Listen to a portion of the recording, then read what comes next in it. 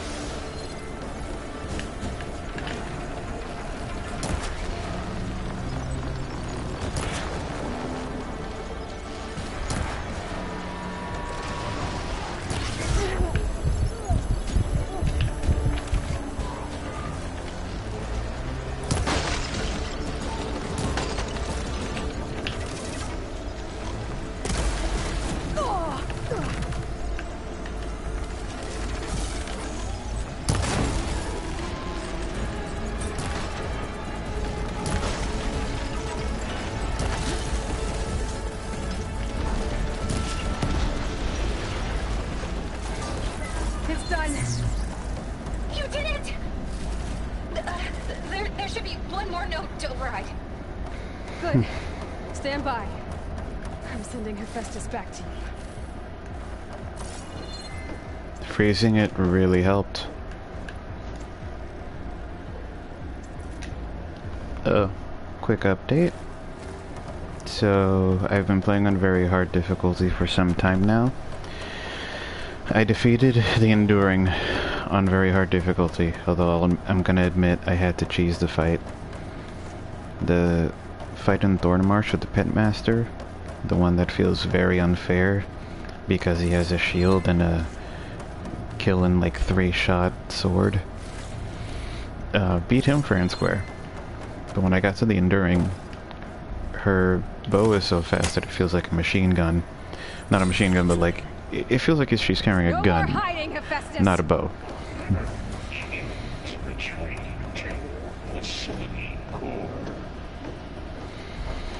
And Hephaestus is back in the core. Make sure it stays there. I'm heading back. And then we can start the merge. Because of you, Beta.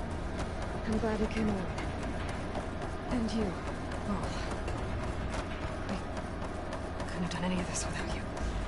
Right back at you, Aloy. yeah, he's gonna die. But anyways, yeah, I defeated the Enduring, I did all the Cauldrons. I still have to get some of the overrides though because I need the parts. But yeah, and this is all part of my big plan to go up against Regala. Now that I've got the +1 spear, I'm too strong. And I want her bow. Now we better get started with the merge. It's all set. Gaia, establish the link, please. This was so hopeful for a second and then it went so wrong. But yeah, while they do their little thing, they're so adorable together. Aloy and mini Aloy. Not really mini Aloy, she's our own person, but you know, she looks like a mini Aloy. But to complete the merge, we need to excise Hephaestus' malicious code. Carefully. yeah, I am going to fight Regala again on very hard difficulty in New Game Plus, which is what I'm doing, New Game Plus. And I'm gonna choose to kill her so I can take her bow, because it's the best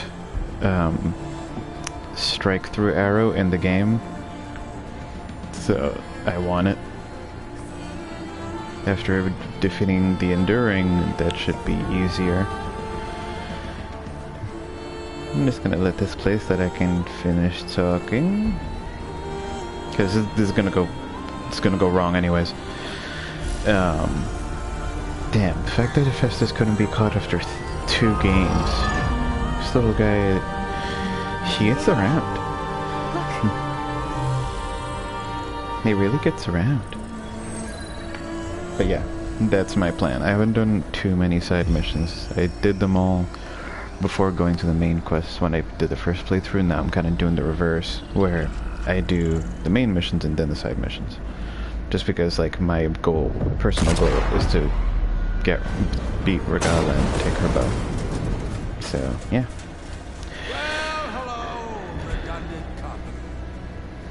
You cost us quite a lot of time.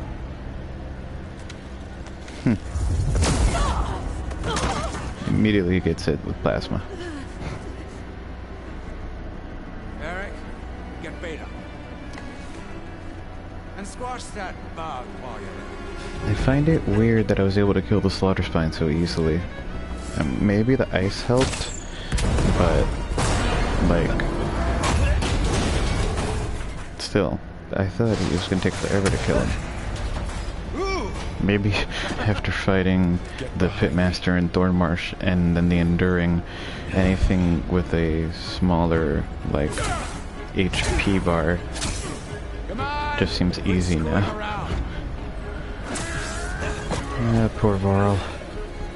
Yeah, we're having fun, right? RIP. I mean RIP because he's about to...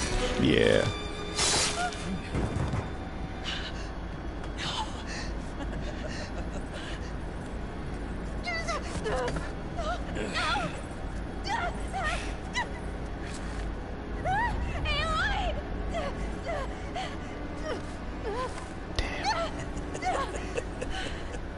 Fine. Tilda, get Gaia and Hephaestus ready for transfer. That sucks. Tilda! I failed. Hush. All is not lost. Tilda! What the hell are you doing? Stop her! I can't even see her!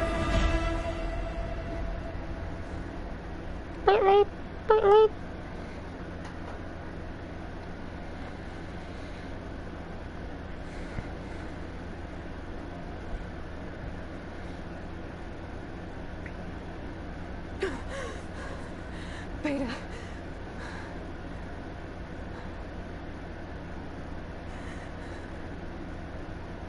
Varl. It is kind of cool that the game takes her helmet off. Like, I have the option for helmet on, but for, like, cutscenes they'll take it off, which is cool. But they'll leave the rest of whatever I've put on her.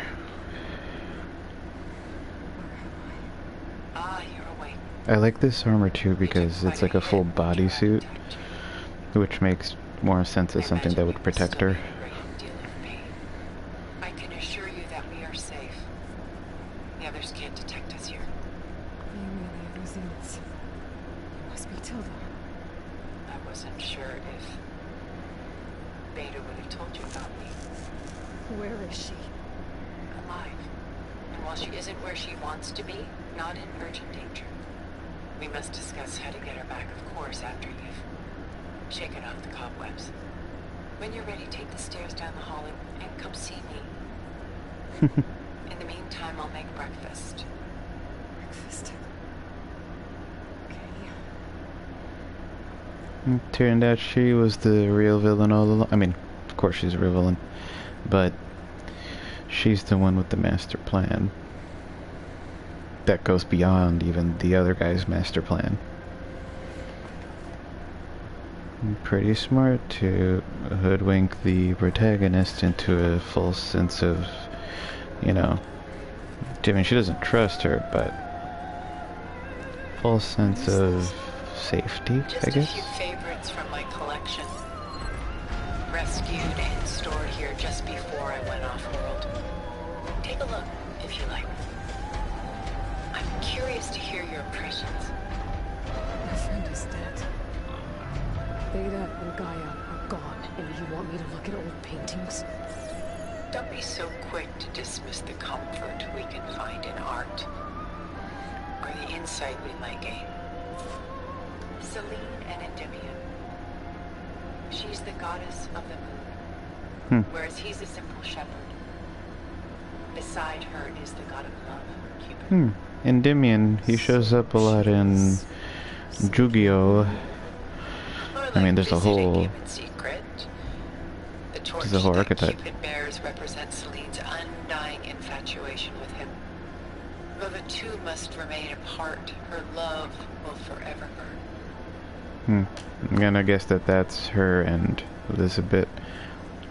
My favorite pairing on the left is Woman Reading a Letter by Vermeer. I'm pretty sure we have this in the Met. I don't work there anymore. But I'm pretty sure that that's at the Met. Which fooled experts into believing it was a priceless original. Early in my career, I became fascinated with such deceptions. Eventually, I developed scanning software that could detect fakes with unparalleled accuracy. Is that how you made enough money to buy your way onto the Odyssey? Oh no. I made my real fortune later. Her real fortune. Why do you keep the forgery? I've always enjoyed studying the two side by side. Both painters capture light, color, and perspective. But what makes one a masterpiece and the other simply an imitation? The forgery looks... sharper? Good eye. The details are crisp. The contrast bold. It tells us more. And yet, we feel less. And why can't Celine and Endymion be together? Celine took a vow of chastity, promising to never take a lover. So when she fell in love with Endymion, she never could paid only visit him attention. at night while he slept. But then wouldn't she be breaking that vow? Think of it as a forbidden love. Though circumstance keeps them apart, still they find a way to come together, however briefly. I never had this conversation with her. Celine and Endymion cold? Perhaps we should move on to another piece. Also, if she keeps questioning... This is Rembrandt painting Jeremiah, a man in mourning. Mourning what? His home. The ancient city of Jerusalem.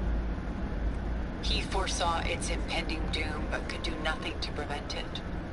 So instead, he saved its treasures from destruction, just as I saved these works. You could say we're kindred spirits. About Jeremiah. If he knew his home would be destroyed, why didn't he save the people? Why save those relics? He tried, but no one would listen to his warning, so he saved what he could. But how did he know? He was a prophet. He saw an army invade and destroy the city in a vision. So it's more like he calculated which side would win a battle. What matters is that he was right in the end. If not for him, all those wonders would have been lost forever.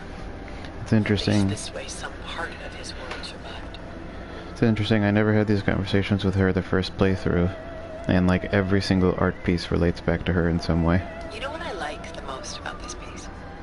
Even though he's the sole survivor, his home in ruins, left with only the remnants of his world. The light keeps the shadows at bay. There's still hope. Precisely. Take as long as you like. Okay. A portrait of the painter, Rembrandt's son Titus, depicted in the habit of a monk. I don't get it. Why would someone like you, with infinite resources, care about this painting of a boy in a hood? It's not the image itself, but the feeling it conveys. The face is bright and defined, but his eyes are downcast, heavy with misfortune. And the background seems to swallow all light. The painting is infused with a sense of loss. I guess I understand how the painter feels. Works of art such as these can often cause us to look inwards at our own lives. I'm sorry about your friend. Had I been able to intervene, I would have. But the risk of losing you as well was too great. Everything went by in a blur. I couldn't get to it. You know, long before holograms and focus recordings, people relied on art to memorialize their loved ones. Because of works like this painting, their lives are immortalized. Rembrandt had 4 children by his wife. All but Titus died shortly after she gave birth to them. She passed not long after that. Titus became the only family Rembrandt had. Which is why he painted him this way. Indeed. Then tragedy struck again. Disease claimed Titus at 26. It's almost as if Rembrandt painted the future, closing in on him. Rembrandt actually painted several portraits of Titus, but this one has always been my favorite. It's honest. What do you mean? In others, Titus was portrayed in brighter, livelier states, but here, Rembrandt allows himself to express his true feelings. Sorrow, fear, hope, love. Laid bare on canvas for all time.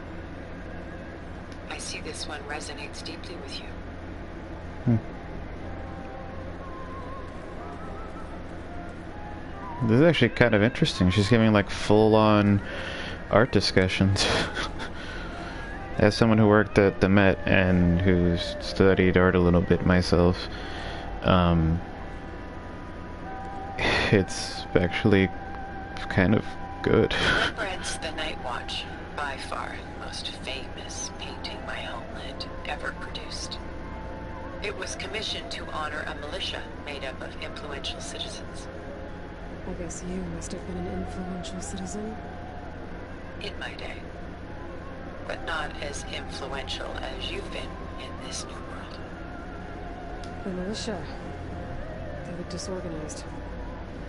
Where others painted such scenes in a stiff and stationary manner, Rembrandt chose to show them in action, preparing to march. He wanted them to feel alive.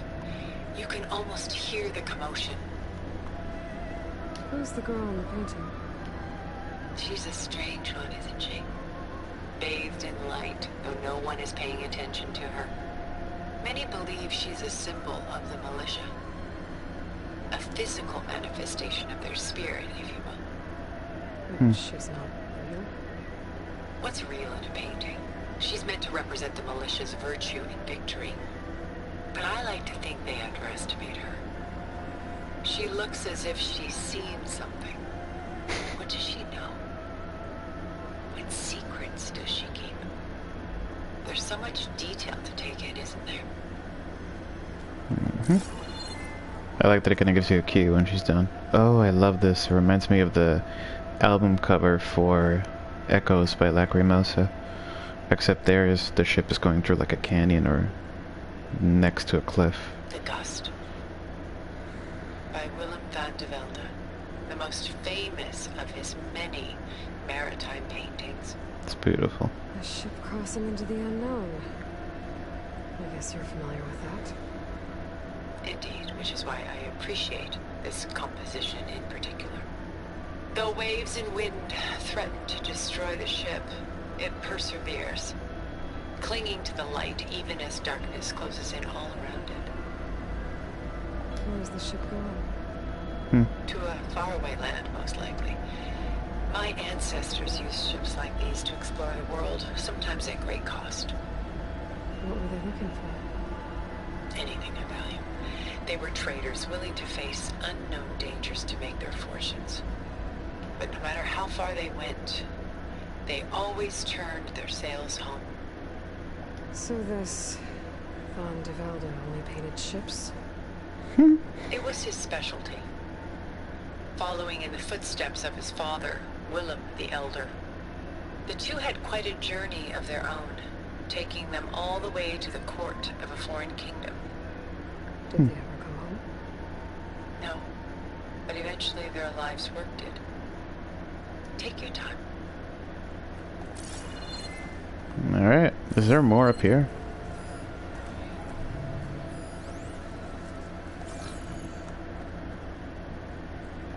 Weight on the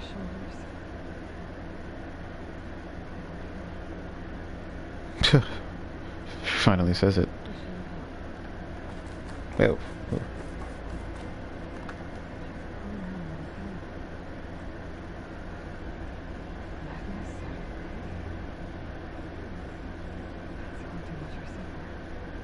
Which is the point.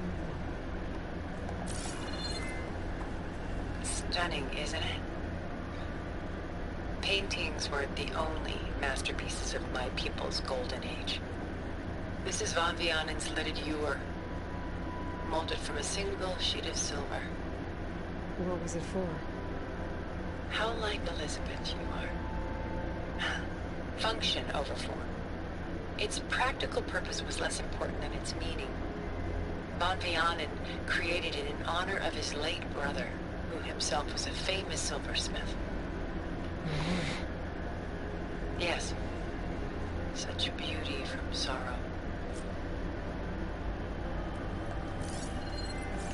Haven't examined all the art. That was interesting.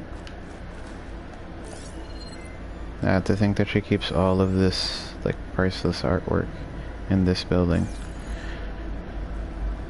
In, you know, this world. Just saying.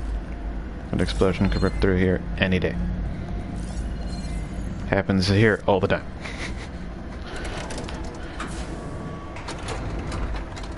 Your artwork is not safe.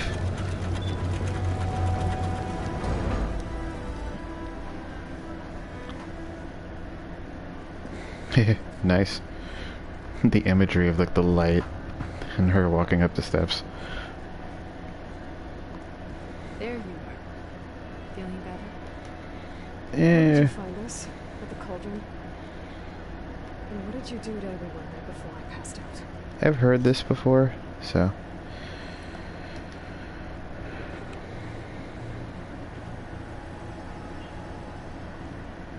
First floor. Now we're growing to knock through. Erend, are you there? Aloy! Aloy, is that really you? Yeah, it's me. Where's everyone else? We're all... we're back at base. What happened? It might be easier to explain in person. I'll try to join you there when I can. Okay. I forgot how you get out. We'll wait here for... It's good to hear your voice, Aloy. Sad errand.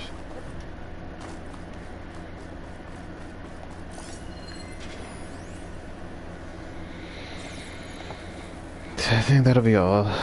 I'm going to stop the recording here because this could go on for a while. I'm going to be just playing through, and I'll do another video when I finally get to Regala. Just wanted to play through that and maybe even show it. I know other people have done it already, but I hadn't really talked with her about the art.